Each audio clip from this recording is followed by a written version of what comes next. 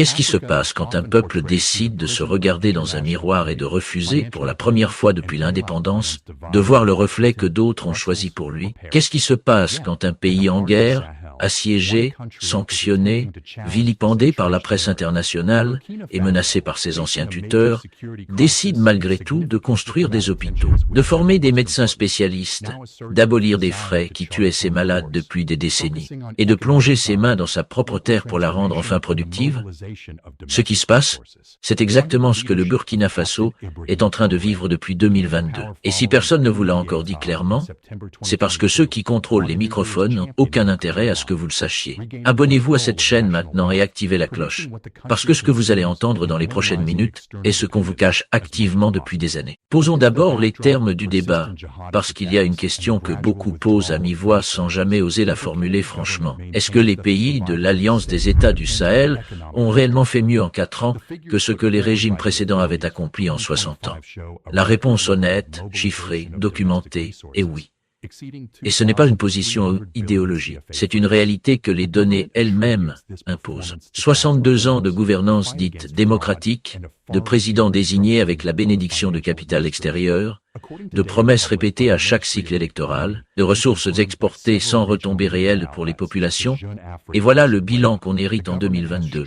Pas d'assurance maladie universelle, des scanners à 50 000 francs CFA, inaccessibles pour la majorité, des transplantations rénales qui n'existaient pas sur le sol burkinabé, des paysans qui labouraient à la main pendant que leurs gouvernants signaient des accords d'exploitation avec des entreprises étrangères. Alors voici ce qui a changé depuis 2022. Le gouvernement a supprimé la caution de 500 000 francs CFA qui conditionnait l'accès aux soins pour les insuffisants rénaux. Cette décision seule a sauvé des vies que le système précédent condamnait silencieusement par incapacité de payer. Le coût d'un scanner a été réduit de moitié, passant de 50 000 à 25 000 francs CFA. En temps de guerre, pendant que des zones entières du territoire sont encore contestées, 15 cliniques mobiles ont été déployées dans toutes les régions du pays, mettant fin à l'obligation pour les populations rurales de rallier Ouagadougou pour accéder à des soins d'urgence. Une assurance maladie universelle a été mise en place, permettant à n'importe quel Burkinabé, y compris dans le secteur informel,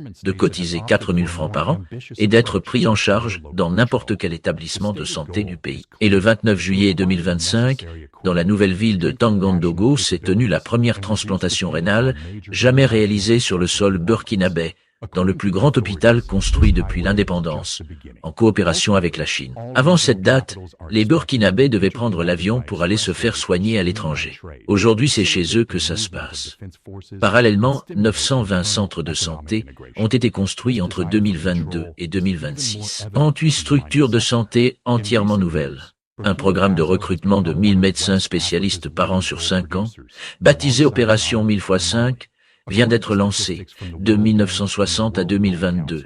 Rien de tel n'avait jamais existé. 62 ans. Zéro programme structuré de formation de spécialistes à cette échelle. Ce chiffre mérite qu'on s'y arrête longtemps. Et ce n'est pas seulement dans la santé. En agriculture, l'État a investi 104 milliards de francs CFA en 2025 dans la mécanisation et les intrants agricoles, soit une augmentation par rapport aux 77 milliards de 2024. 67 000 tonnes de céréales produites pour alimenter les populations. Les surfaces de bas-fonds aménagées pour l'agriculture irriguée sont passées de 5 000 hectares depuis les années 1960 à 25 000 hectares en 2025. Et pour les paysans qui ont la terre, mais pas les moyens de la labourer, l'État envoie des tracteurs pour labourer gratuitement. 58 000 hectares de terre ont été labourés gratuitement en 2025 pour les petits agriculteurs. Gratuitement, en temps de guerre, pendant que les sanctions économiques de la CEDEAO essayaient d'étrangler l'économie. Ces chiffres sont la réponse la plus cinglante qu'on puisse donner à ceux qui prétendent que ces gouvernements ne travaillent pas pour leur peuple. Et les populations burkinabées ont compris, spontanément, sans contrainte, elles ont contribué 541,2 milliards de francs CFA de leur propre poche pour soutenir l'effort de guerre et la reconstruction nationale. Ce n'est pas un chiffre abstrait, c'est la mesure concrète d'un contrat social qui fonctionne. Quand un peuple qu'on dit appauvri, qu'on dit abandonné, qu'on dit manipulé, plonge la main dans sa poche pour financer son propre avenir, c'est qu'il croit en ce qui se construit. Et ce mouvement spontané n'a pas de précédent dans l'histoire du pays. 62 ans de démocratie importée n'ont jamais produit cela. 4 ans de souveraineté assumée ont suffi. Sur le plan militaire, les transformations sont tout aussi radicales. De 1960 à 2022, les accords de défense imposaient des contraintes claires. Les achats d'équipements militaires devaient passer par un seul fournisseur. La formation des soldats ne pouvait se faire qu'en France. Les décisions stratégiques n'appartenaient pas vraiment à Ouagadougou. Ces contraintes ne protégeaient pas le Burkina Faso. Elles le maintenaient dans un état de dépendance sécuritaire calculé, utile à ceux qui la concevaient, fatal pour ceux qui la subissaient. Depuis 2022, 20 bataillons d'intervention rapide ont été formés et entièrement équipés. 10 groupes d'intervention de police mobile sont déployés sur le terrain. Des escadrons de gendarmerie mobile couvrent l'ensemble du territoire. Le nombre de bases aériennes est passé d'une seule depuis l'indépendance à 4 aujourd'hui. Et les volontaires pour la défense de la patrie, longtemps caricaturés par les médias étrangers comme de simples milices, sont intégrés progressivement dans l'armée nationale ou orientés vers des filières économiques productives, agriculture, artisanat, construction, pour ceux qui ne rejoignent pas les rangs militaires. La vision est claire. Un pays ne peut pas être souverain avec une armée qu'il n'a pas lui-même formée, équipée et commandée. Et l'objectif à moyen terme n'est pas seulement d'acheter des équipements là où il est possible de les trouver, mais de les produire localement, au Burkina, au Mali, au Niger.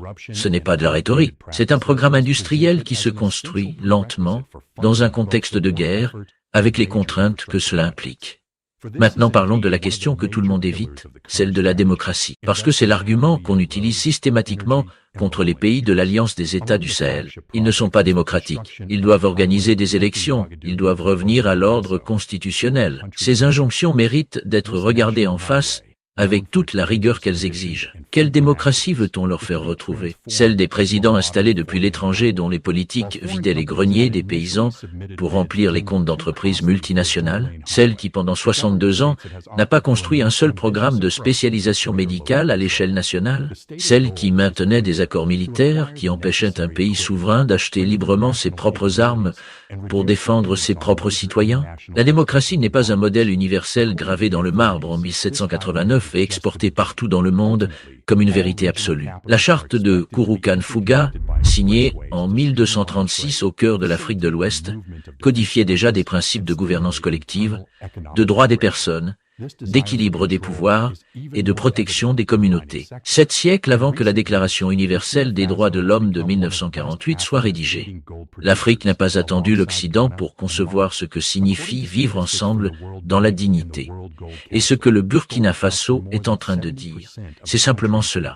Nous avons nos propres fondements, nos propres références historiques et notre propre capacité à définir ce qu'est une bonne gouvernance pour nos peuples. Ce positionnement n'est pas du repli identitaire, c'est de la souveraineté culturelle. Et elle est indissociable de la souveraineté politique, économique et sécuritaire que l'AES revendique. Parce qu'on ne peut pas vouloir contrôler ses ressources naturelles tout en acceptant que quelqu'un d'autre définisse ce qu'est une bonne élection. On ne peut pas vouloir former ses propres soldats tout en acceptant que quelqu'un d'autre décide quels groupes armés méritent d'être appelés terroristes et lesquels méritent d'être appelés djihadistes dans les rapports internationaux. Ce point du vocabulaire mérite qu'on s'y arrête, parce qu'il n'est pas anodin. Quand les autorités burkinabées parlent de terroristes qui attaquent leur population, certains rapports internationaux utilisent le terme de djihadiste.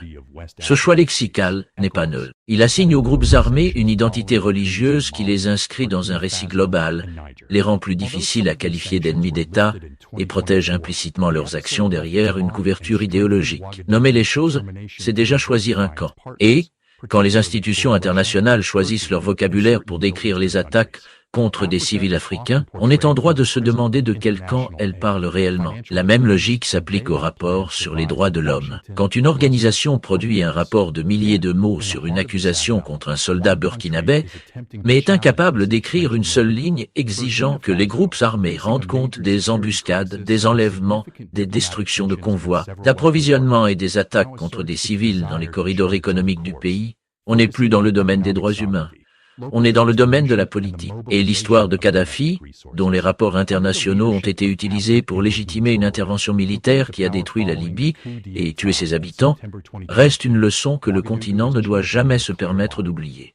Ces mécanismes existent. Ils ont fonctionné. Ils sont prêts à être réactivés. C'est pourquoi les pays de l'AES ont décidé de sortir du statut de Rome et de la juridiction de la Cour pénale internationale, comme le Burundi l'avait fait bien avant eux en 2017, que cette institution n'a jamais réellement exercé une justice universelle. Elle a exercé une justice sélective, ciblant des dirigeants africains pendant que les responsables d'autres continents opérait en toute impunité sur le même continent africain. Ce n'est pas un procès d'intention, ce sont des faits documentés, reconnus même par certains chercheurs occidentaux qui ont étudié honnêtement la jurisprudence de la Cour. Ce que le Burkina Faso dit aujourd'hui devant ses partenaires africains, c'est que la reconquête de la souveraineté n'est pas négociable et qu'elle est déjà en cours. Souveraineté politique, plus de leaders imposés de l'extérieur. Souveraineté économique. Les ressources du sol et du sous-sol burkinabé au service du peuple burkinabé. Souveraineté sécuritaire. La liberté d'acheter et à terme de produire ses propres équipements militaires sans condition, sans tuteur, sans permission. Souveraineté culturelle. La protection et la réaffirmation de l'identité africaine, de ses valeurs, de ses références propres, contre toutes les tentatives d'érosion venues de l'extérieur. Et ce programme n'est pas une promesse. Il est en cours d'exécution. Les hôpitaux construits en témoignent.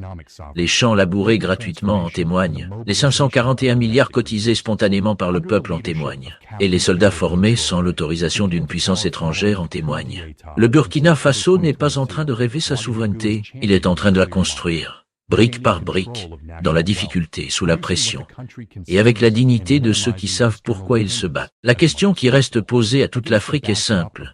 Combien de temps encore allons-nous laisser d'autres écrire notre histoire, définir nos ennemis, nommer nos droits et certifier notre gouvernance? Combien de temps encore avant que le reste du continent comprenne que ce qui se construit dans le Sahel n'est pas une menace pour l'Afrique, mais peut-être la première réponse africaine cohérente à 60 ans de promesses non tenues. Si cette analyse vous a ouvert les yeux, partagez-la sans attendre avec quelqu'un qui croit encore que le Burkina Faso n'a rien à montrer. Aimez si vous pensez que les résultats méritent d'être entendus. Commentez et dites-nous ce que vous pensez. Est-ce que ce bilan vous surprend ou confirme ce que vous aviez déjà compris? Et si vous n'êtes pas encore abonné à cette chaîne, faites-le maintenant et activez la cloche. Parce que c'est ici que la vérité africaine se dit sans filtre, sans complaisance et sans demander la permission à personne.